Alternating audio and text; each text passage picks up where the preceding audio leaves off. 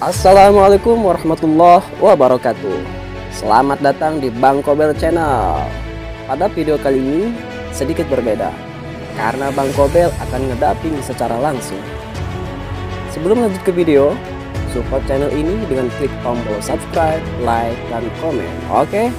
Sediakan kopi, rokok, headset, dan duduk yang enjoy. Gaskeun Bang Kobel. Soal 2, chapter 13.1. Chapter 13.1, Pil Air Misterius. Cocokkan. Mulai. Setelah mengumumkan memulainya pertandingan, wasit dengan cepat mundur. Bebe dan Susansi kemudian melepaskan jiwa bela diri mereka hampir bersamaan. Arena duel jiwa yang sebelumnya berteriak-teriak langsung menjadi sunyi. Perhatian semua orang sekarang terfokus pada dua orang di arena. Sebagai tokoh berpengaruh dalam luar Akademi Shrek, setiap duel tunggal antara Bebe dan Susansi akan mengguncang satu ke inti. Siswa lain menyukainya ketika mereka saling bertarung. Selain itu, bahkan ada banyak siswa yang secara pribadi bertaruh satu sama lain.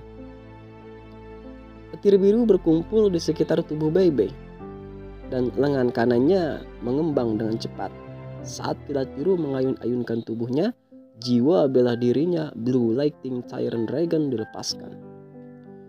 Di sisi lain, Susansi sama sekali tidak menunjukkan kelemahan. Tubuhnya mengembang sekali lagi, menyebabkan seragamnya meregang keluar. Setelah itu, perisai kulit penyu raksasa muncul lagi di tangan kanannya. Keduanya mulai berjalan perlahan di luar arena saat mereka saling menatap dengan tatapan menusuk. Kekuatan jiwa yang kuat yang dipancarkan dari mereka berdua, satu biru dan satu hitam, bertambah kuat tanpa henti. Perbedaan antara dua jenis kekuatan jiwa yang berbeda dapat dengan jelas terlihat. Di permukaan, mereka tampak seperti mereka serasi. Keduanya adalah ahli panatua jiwa yang memiliki 3 cincin jiwa. Dan keduanya adalah panatua jiwa tipe pertempuran. Dari jiwa bela diri mereka, Bebe jelas merupakan sistem serangan penatua jiwa, sedangkan Susansi yang memiliki perisai sangat mungkin menjadi sistem pertahanan penatua jiwa. Salah satu dari mereka memiliki Blue Lightning Tyrant Dragon yang dikenal sebagai jiwa bela diri dengan jumlah kekuatan serangan tertinggi. Sementara yang lain memiliki jiwa bela diri bermutasi yang memiliki tingkat pertahanan yang sangat besar. Mysterious Underworld Turtle sulit mengatakan siapa yang akan menang.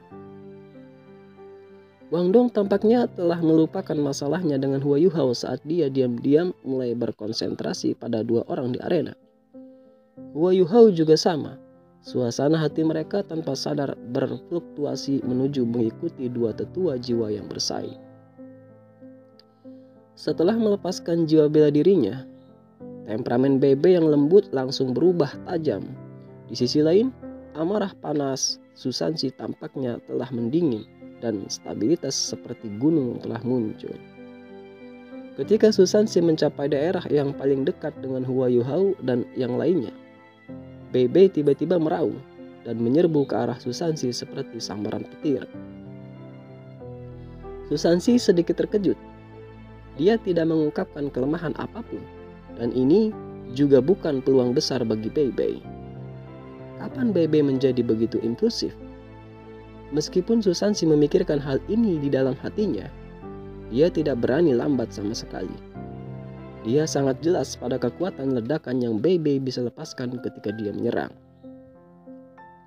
Ketika Bebe hanya berjarak sekitar 5 meter dari Susansi, dia tiba-tiba melompat ke atas dan mengirim lengan kanannya yang ditutupi dengan sisik tebal menuju kepala Susansi.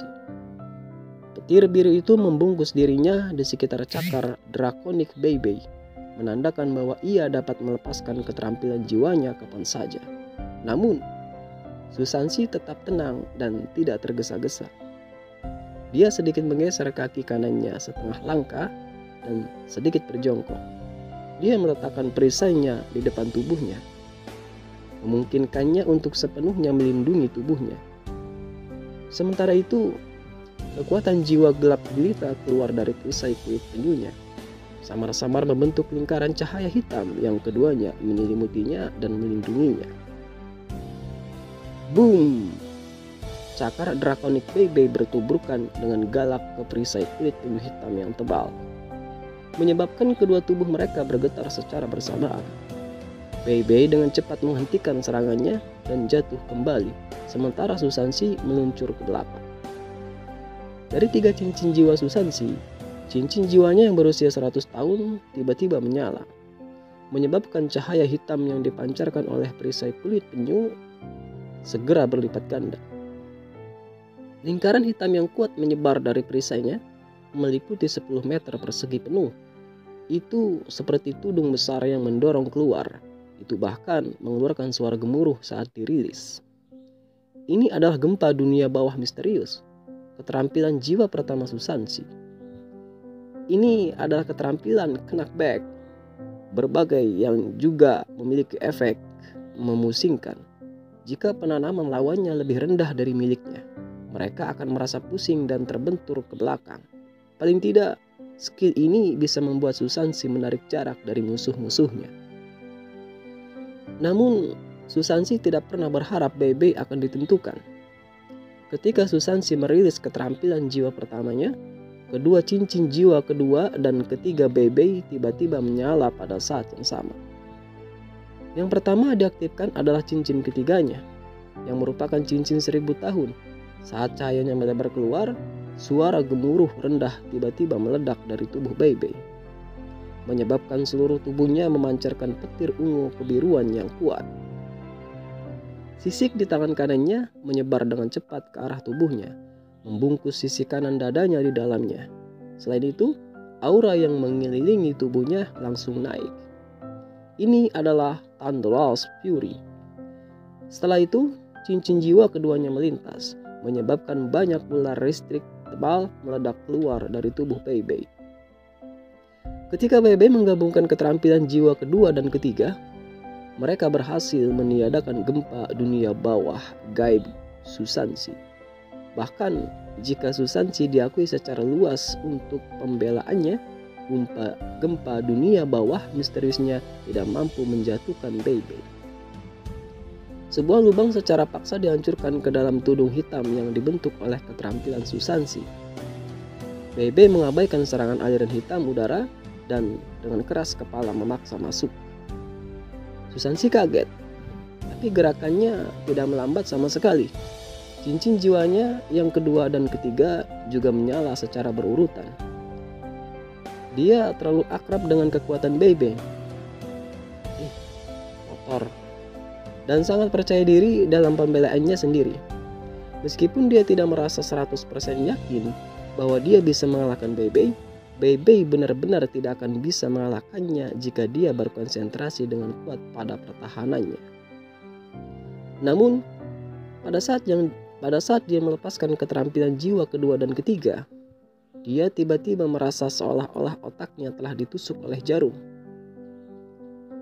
Jejak ketidakjelasan langsung muncul dalam kesadarannya, menyebabkan dua keterampilan jiwanya tiba-tiba menjadi lamban untuk sesaat.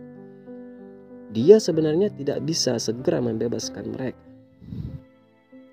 Tubuh menerkam Bebe tiba-tiba berubah ilusi. Ini adalah Trek Shadow. Shadow membingungkan tentang sekte kami. Tubuhnya berjongkok sedikit ke bawah, dan seluruh tubuhnya tampak meluncur ke tanah. Dia menggunakan cakar kanannya untuk mengaitkan ke bagian bawah perisai kulit penyu, sementara secara bersamaan meluncur di belakangnya. Bahkan jika Susansi ingin melepaskan keterampilan jiwanya, sudah terlambat. Membiarkan Bebe menjelajahi perisainya seperti ini sudah menakdirkannya untuk tragedi. Bebe menggunakan kaki kanannya untuk menginjak langsung pada betis Susansi, dan di bawah efek penguatan dari Thunderous Fury, petir dan Thunderbolt yang kuat langsung melonjak maju. Pada saat berikutnya, tubuh Susansi hanya bisa bergetar di lokasi aslinya. Di sisi lain, lengan Draconic Bebe yang besar menggali langsung ke bahunya. Hasil dari pertempuran telah diselesaikan begitu saja. Pertandingan telah berakhir, bahkan lebih cepat dari yang diperkirakan kebanyakan orang. Begitu banyak sehingga ada banyak orang yang tidak melihat apa yang terjadi. Bei telah berkeliling pertahanan baju besi penyu Susansi dan kemudian menaklukkan lawannya untuk mendapatkan kemenangan.